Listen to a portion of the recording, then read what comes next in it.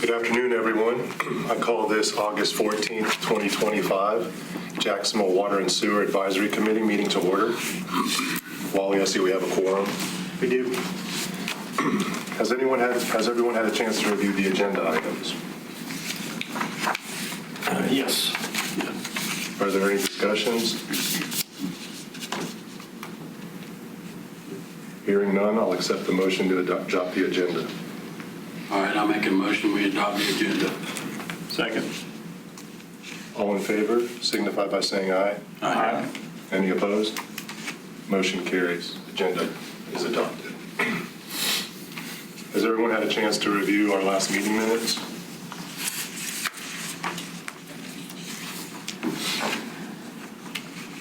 Are there any omissions or corrections needed?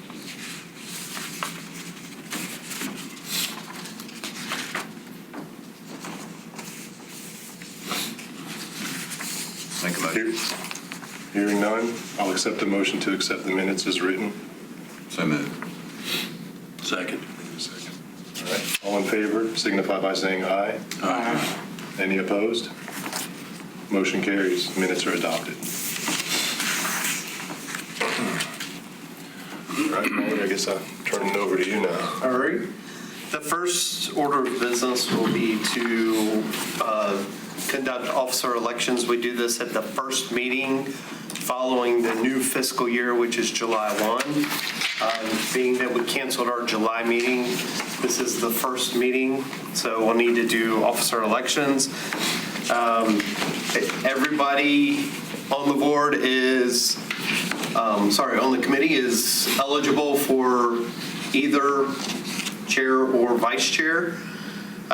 So we just need a motion, a second, and a vote for each position.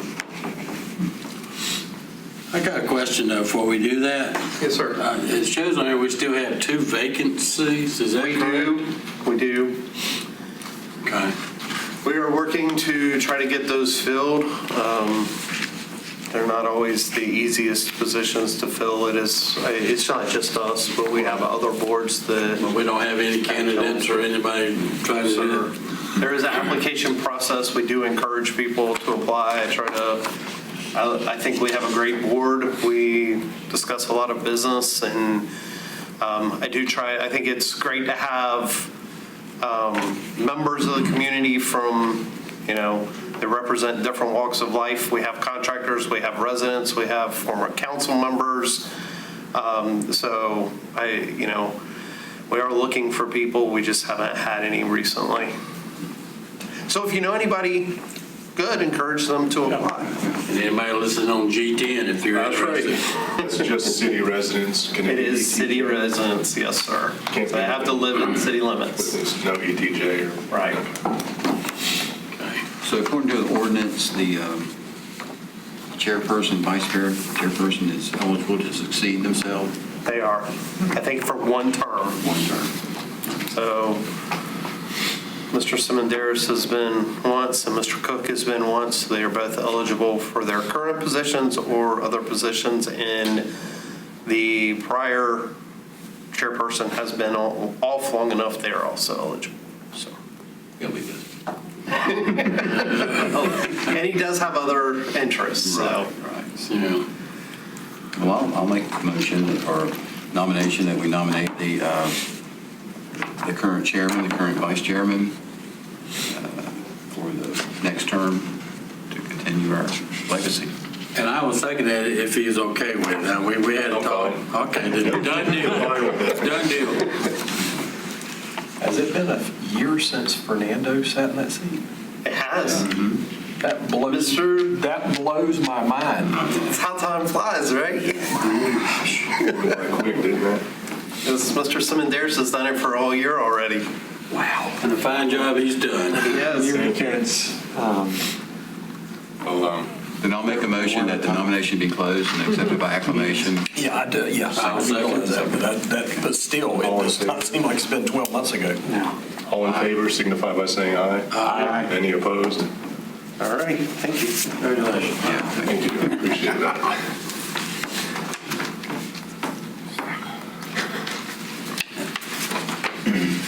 Congratulations. Thank you. Yes. All right. Any further discussion or? Yes, so if we want to move on to item number 5 on the agenda, we thought it was appropriate to bring to you an update on the Western Regional sewer system. This is the largest project that we have in the CIP right now. It is the largest project that we're working on. And we're at an interesting point for several components of the project, so I thought it was appropriate to share.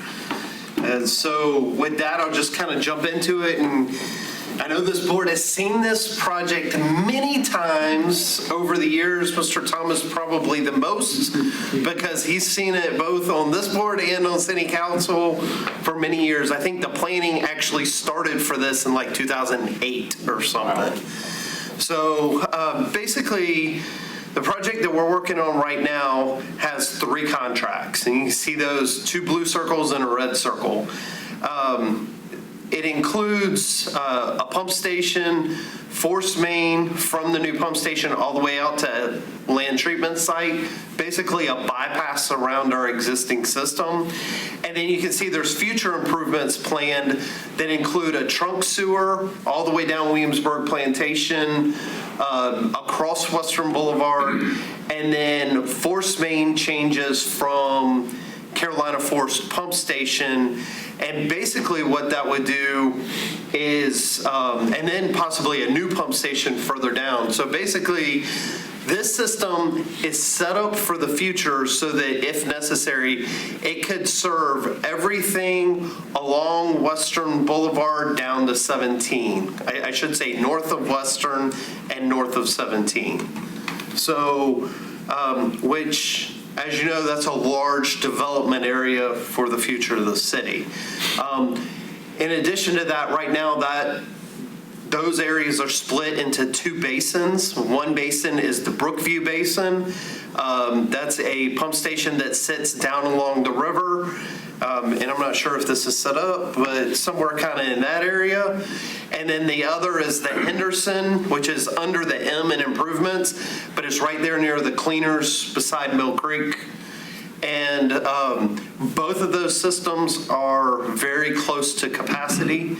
So this will help relieve some of the challenges that we have in those systems and prepare for future growth. So tonight we want to talk about the 3 contracts that we currently have underway. And I guess I should say that one thing when this goes into operation, the first thing that we'll do is right there at the pump station, there's actually a large gravity sewer that goes to Brookview right now. We literally will just redirect that portion of the sewer into this pump station. So from day one, it will relieve at least Brookview Pump Station, so that we can start moving stuff around in our system and help provide for additional capacity within the system. But that would be the only usage at that moment. At that moment. Right. That's correct. And I think that one other thing that we should point out is it's in a lighter color gray, which works out perfect, is the Vineyards is currently under development. Matter of fact, you can actually see houses in there now. And if you'll remember, there was analysis done. Brookview could handle the first portions of that development, but as that development built out completely, Brookview would be over capacity. So this also allows for that additional growth, which is underway. And then, of course, also that would go to this in the near future is the 400 acres that the city is working on, as well as there's other interest in residential development in that area. So with that, as it's bid, the 3 components, it's just under a $50 million project. When you add all 3 components together, we received $23.25 million in grant funding. 20 million of that came from Senator Lazara in the way of a grant, and then we got $3,250,000 through ARPA funds, I believe is what those funds were. All of those come with a deadline to be spent by, which is 2026, December of 2026. To date, we have spent and recovered $16.5 million of those grant funds. So we're well on our way. Not sure what just happened, magic.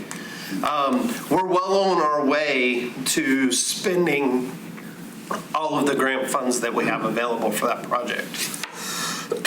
And we are spending those first because of the deadline. So contract 1 began in November of 23. If you remember, we talked about this project originally. The idea was to stage the contracts, not bid it as one large project, but stage the contracts and bid them about 18 months apart or so to get the projects underway, and so there wouldn't be overlap in conflicts with contractors. This project, the first contract was basically 20,000 linear feet of 36-inch force main under 258 at Pony Farm and Northwest Corridor Boulevard, which that directional drill has been put in place, up Pony Farm Road, and then across kind of Mr. Farmer's fields, out the fire tower into the land treatment site. It also includes 1.5-inch conduit for fiber. We have connection difficulty at Land App, given where it is located. So this will provide us fiber connectivity out to land application site as well. We figured while we're putting pipe in the ground, it just makes sense to put the additional 1.5-inch conduit in the same trench.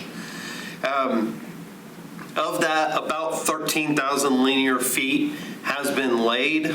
They started at LTS. They're laying out from LTS toward 258, but there was an intermediate milestone to install the bore under 258 so that the other contract can tie in to that piece. So the portion that is left is down Pony Farm Road. There are some challenges there that we are working through. There are septic systems for all of those houses that front Pony Farm Road, and they are in the front yard, and we are touching multiple.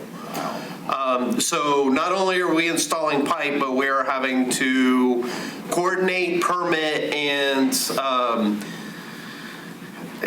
modify people's septic systems, which is a challenge because since those have been put in, the rules have changed. So that is one of the large outstanding pieces to install. And then on top of that, from the time the project was designed to the time it was constructed, fiber has been installed on that road and power has been redone in some sections on that road. And we have conflicts there, and we're having to relocate some power poles because of those. Wow. So we're in the process of coordinating that work as well. Here's a few pictures from that work. You can see, just to give you size and scope, 36-inch pipe, you can see that those guys are probably a good at least 8 feet, maybe 10 feet in the ground. So it's not fast work. We're not just trenching in a little cable like you see Metronet doing all through the city. This is major utility construction. For contract 2, we began in October of 2024. It includes 12,000 linear feet of 36-inch force main, 2,100 feet of 42-inch, and that is for the portion that is going underneath the river, and we'll talk about that in just a minute. We are doing 4,400 linear feet of 4-inch water line. We have to have water at the pump station site itself. And if you remember, it's not in the middle of the neighborhood or anything. It's pretty much behind Williamsburg Plantation. So we're having to run new water line from the closest point all the way back to the pump station so we have water access. And then we have 35,000 linear feet of conduit. Now I know you're saying if you got 12,000 plus 14,000 feet of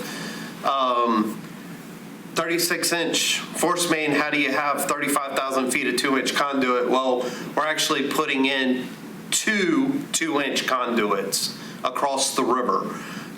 One is for us, and we think one will probably be used or leased by the county for access, and that'll help tie their governmental center in along Northwest Corridor in Burton Park to their EOC in the Commons. So there's a benefit for this crossing there also. So we're running, and then of course that 2-inch will also tie in at Pony Farm Road, and that's what will help connect our land app site back in. In addition, it'll also help loop the traffic signal because we do have traffic signals that the city maintains along 258 all the way out to Roadstown Road. So there's a lot of components coming together as part of this project. And then we're also installing 6,000 linear feet of access that can support the construction of the pump station and future access to the pump station. How deep is the silly question, but the pipe underneath the river? How? We're going to get there. That's a great question. I love that question. Because you can see, I got some pictures here on the left of the pipe stacked up for them to, for what it's worth, the access road is in place and the water line has been installed, and they're installing force main now. And they're actually, the picture on the right is the drill rig that they will use to get the pipe underneath of the river. So this is kind of what that looks like. The green over here near, that's Williams Farm, and so this is Williamsburg Plantation. This is kind of the boundary with Williams Farm. This is the pump station, that little green. So you can see that this is the portion of the contract 2 force main. Well, the red section you see there will be the directional drill. If you remember, I said it was 2,100 feet, 42-inch. So roughly a half mile, just under a half mile long. So that force main is going to be a 5-foot diameter hole. It's 50 feet deep for a half mile. So 50 feet deep. 50 feet deep, that's what it's projected to be. Below the water line or? At a below ground land surface. Wow. So, as you can see, this came in on multiple tractor trailers. They're having to build the drill rig in place. It's actually set up on the, it'll actually be set up on the county side, the Burton Park side of the river, and they'll drill underneath. And does it have enough pressure to push that? It'll be interesting to see. So it is I mean, that's what this contract, it's a sub. Yeah. That's what this sub does. So we did one of those probably in 2010 from Hospital Point on base all the way over to Verona Loop, and it was 5,200 feet of 8-inch. And the subcontractor came out of like Mississippi or something, and they showed up with like 15 tractor trailer loads of equipment to be able to do it. So It's an impressive. It's somebody that's all they do. Yeah. In the time I've been here, I've done 3 directional drills. We did a 24-inch under where Cheddar's is, that creek. We went from there. We were supposed to go all the way across in front of, I can't remember the name of where the Coldwell Banker was. Yes. We were supposed to go all the way across and under the next creek, and it broke off underground, and we had to dig and reach it and then do a bore from the other side and connect them. But that one was still only like 1,000 feet long or something. Yeah. And then we did, I did one that was 1,900 or 2,000 feet, and it was 16-inch, and we did that at Brookview under the lagoon, the existing lagoons. So this will be the biggest one we've done. It's going to be interesting to see. So with that, we'll jump to contract 3, which, if you remember, contract 3, we began in March of this year. Contract 3 is 2 components. It's the actual pump station that's behind Williamsburg Plantation, and then the changes at Headworks required to receive the new 36-inch force main that's coming into Headworks. So we're basically, while it's not additional flow at this point, it is an additional tie-in of a 36-inch pipe. So we're having to readjust Headworks to accommodate the additional pipe coming in and then future additional flow. The most interesting part of this is the pump station you'll see in just a minute. But the pump station is a full pump station, 7,500 gallons a minute. I think it works out to right around 4 million gallons a day. It'll include all the pumps, controls, generator, everything necessary to operate the pump station. And then we will, because we're bringing in another feed at LTS, another force main, we'll have to upgrade our hydrogen peroxide feed. And if you recall, we've talked about this a couple of times, but we feed hydrogen peroxide. It's not really part of the treatment process. It just helps with the smell. So it's there to knock down the odor, so we're good neighbors. So this is a picture of them constructing the, I don't know if you call this a cofferdam or a whaler, in order to dig the pit for the pump station. So you can see on the left, they're just driving the sheet piles, and on the right, they've got several dug, and they've got them all in place, and then, they've dug inside. That's what it looks like right now. Wow. So Who's doing that project? that's TA11. Yeah. So you can see the pumper sitting up top with the arm reaching down, and they're pouring some of the whaler inside the pump station. It is an impressive hole. So Yes. How does that wet well compare to the main pump station? it's probably about the same depth, because main pump station is 3 stories. It's just that 2 of them are underground, and it's not a normal story. Yeah. The wet well is deeper than a normal story, but it is an impressive project.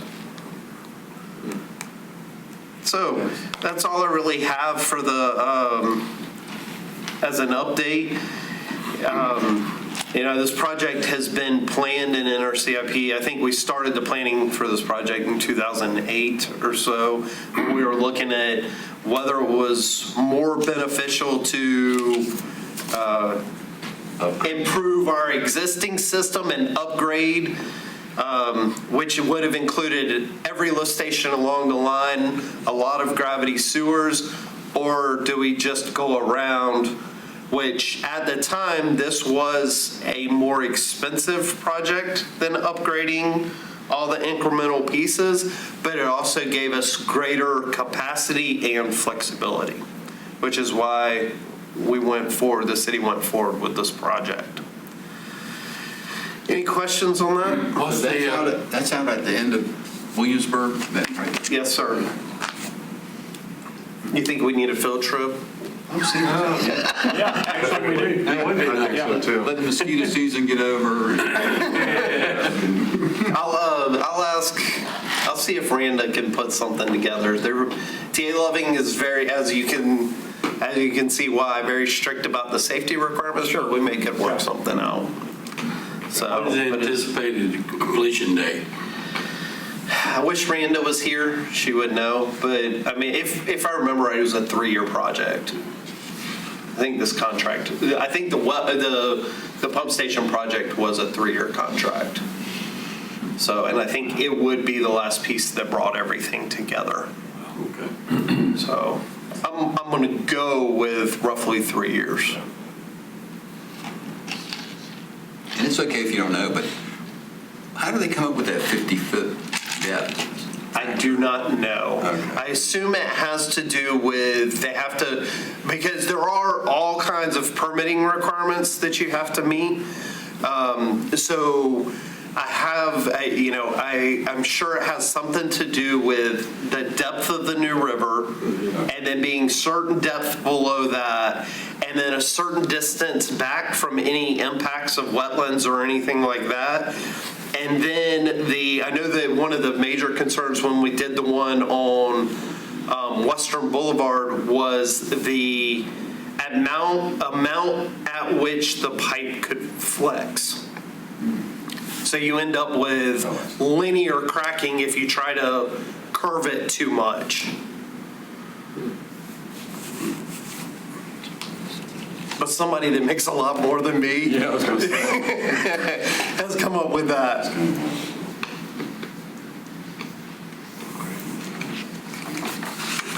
All right, if there's no other questions, I do have one open discussion item. All right. So I wanted to give you a quick update because I know you may see it as you drive along 24, and I know that we had that lane coming off the Wilson Gate closed for quite a while. I wanted to kind of show you what happened there. That happened in June. So we started with what you see on the left-hand side, basically a sinkhole that developed over a very short time period. We had to close that lane down and dig into it, and you can see kind of the progression as we go across the screen. But there's a guy standing down here in the bottom of the hole. You know, we're a good probably 18 feet deep at that location. But we had, if you remember, we had a discussion about the pipe between the bypass and Lejeune Memorial Gardens. And that it was a concrete pipe, and the pipe had basically eroded away to the point where the rings had fallen in. Oh, wow. The same thing happened here. And when those rings gave in this location, it basically collapsed, and the sewer collapsed, and the road collapsed. So we had to dig down, replace that section of pipe. And what you see in the picture that I circled, they're right next to a manhole, but it was dry at that point. So all he's doing is getting the hole dry enough that they can begin work. And then if you remember what happened right after they got to this point, is it rained for about 2 or 3 days straight. We ended up losing the hole, and you can see the second or the third picture over, you know, the sides have kind of sloughed off, the ends have sloughed off. And if you'll, the reason I put this picture in is because I thought it would be a good opportunity for you to see the contractor actually had to well point, which means that they basically dug holes down, created rock beds, and ran pipes into them so that the water would collect in those locations. And you can see that's kind of this thing going down into the ground, and there's several of these as they go along the sides. And then he built this ring on top, and we hooked a pump to that ring, and we basically sucked the water out to dry it all up so that they can make the repair. So that's why this lane was closed for so long. That part is done. The lane is open back, but if you're driving, you'll notice that there's still a pump and pipe. We have to go back, if you'll recall, when we did the other section, we had to go in, cut the gaskets out, and then line that section. We have to do the same thing along this section. So we left the pump and the bypass piping in place, and actually in order to, you can see the black pipe up here along the trench in that area and in this area, that is the bypass pipe. And in order to open this lane, we actually buried a portion of that bypass pipe. So the bypass pipe is still in place so that when we get the contract to come in and cut the rings and line that section, we can hook right back up and put the bypass pumping right back in place. So I'm assuming this is extremely old infrastructure out there? It is. So I think it dates back to the late 60s. So with that collapsing like that is, I mean, obviously there's probably You can't gauge when or where that's going to happen again, but That's right, which is why we want to go in and line it now to prevent that from happening in the future. We're thinking that if we use our lining technique, that whatever pipe is left, this will provide enough structure to support that. So- when that line breaks, does it trigger an alarm somewhere, or like a low flow or something? Oh, typically what have happened here, there was enough flow. I think what happened really is there's enough flow through that pipe because Bryn Mawr Pump Station pumps into that line. I think there was enough flow to carry the dirt down as it was collapsing, and just carry it through our system. And then, so the first thing we notice is the void that's created. Now, if you don't have heavy flow going through the line, a lot of times you get a backup into a manhole or into a house or a business, or it bubbles out of a manhole somewhere, something like that. You'll find them that way too. But for this one, with all the flow we had, we're pretty confident that we found it because of this. We didn't know it was there. And my guess, the way we just had the same thing happen on New River Drive, which I gave a presentation about street resurfacing to council. A lot of times what happens is the void is created underneath the asphalt, and the asphalt acts as a little bit of a bridge for a period of time. And then eventually one small hole develops, and then all of a sudden it looks like this. And it's just because that dirt underneath has been removed. So, and needless to say, this was not a cheap fix. This was an unexpected expense in June of, it was around $200,000. so how do you got a bank of contractors that are quick response? How do you handle something like this? So for things like this, we have several, we call them on-call contractors. We have several that we go to that they respond when we need them. They don't typically bid our other work, but they do a great job at this kind of stuff. They're not a TA Loving or something out there chasing work, but Huge projects. yes, but they do. And actually, this one was done by Utilitech, so local contractor. So, but we've used Utilitech, we've used R&W, Jacksonville Mechanical. Yeah. So we use, they're here and they typically can respond immediately. I mean, this was, we show up today, not tomorrow. So, but I just wanted to share, I know a lot of people saw the hole, didn't know what happened. So this, I hate to say it, but this is just one of the things we have to deal with. There's no way to predict when this is going to happen. And that's all I really have. I got a question. Sir. Since we haven't met for a couple months, just a question. The CIP, did it all go through okay with the budget? It did. It was approved. And actually, we've started looking at next year's CIP.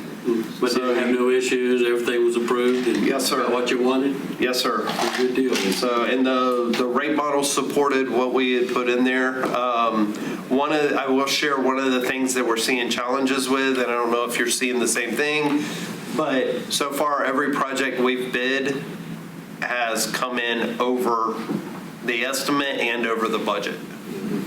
Every single one.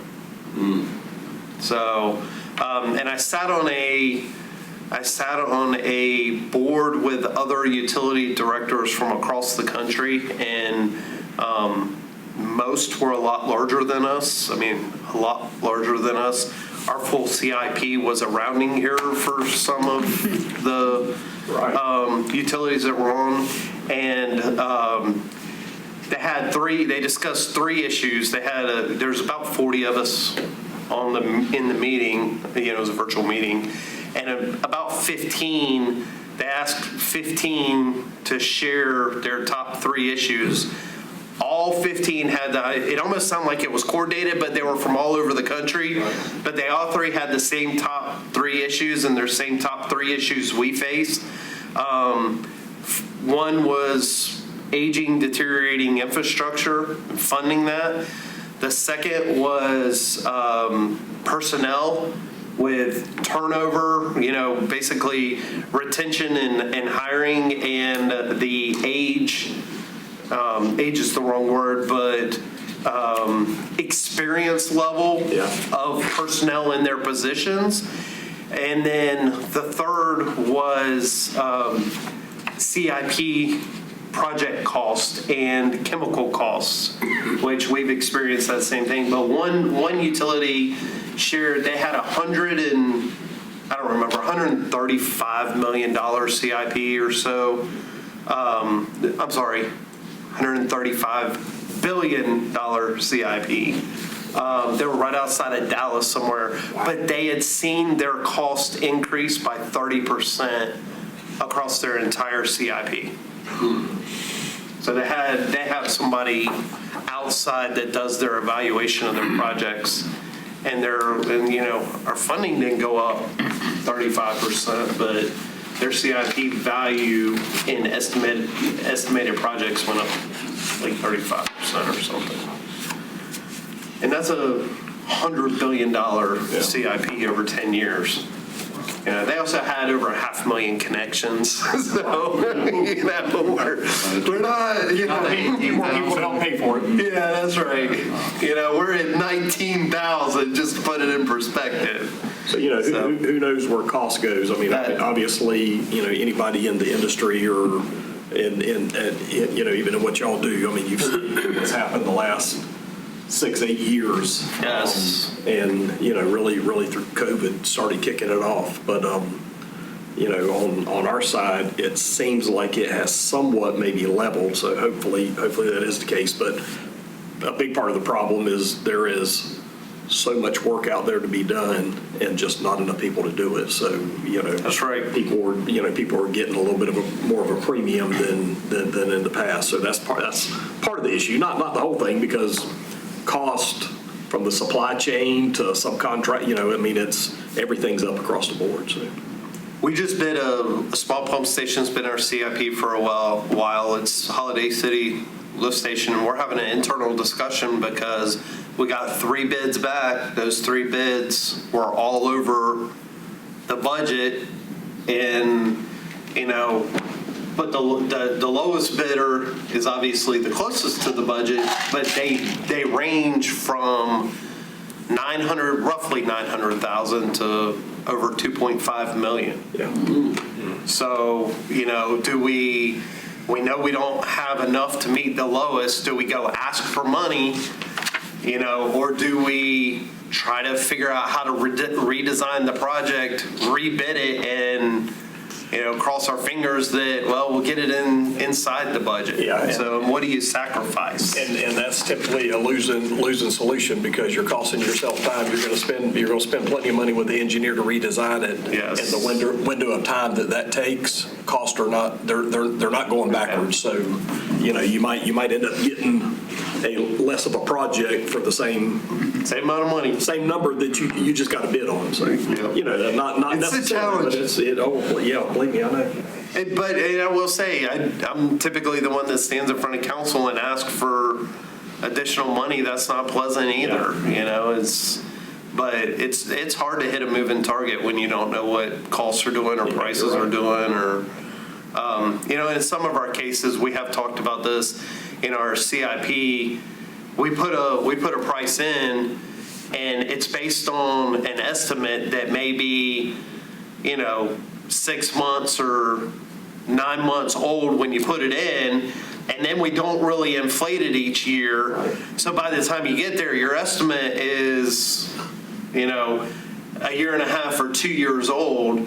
And over those 2 years, it didn't used to kill us because we put contingency in, but now the cost increases and inflation are overrunning the contingency that we had. So, but then the other is, if we go artificially inflate every project in the CIP, then we just drive up our CIP costs. So there's no great solution. We're having a lot of discussions on how we deal with that, and you may see some of that when we bring you the CIP. here in the next couple of months, because the CIP process will start. You'll probably be seeing something in the October, November timeframe, which we're, 2.5, 3 months out from that. So great question. Thank you. Thank you, Wally. We appreciate it. Thank you for the presentation. Does anyone have any further questions or issues to discuss? No, hearing none. Our next regular meeting is set for 5:30, September 11th, 2025. If there's no other business, I'll accept the motion to adjourn. Make a motion. Second. Meeting adjourned. Thank you. Good job.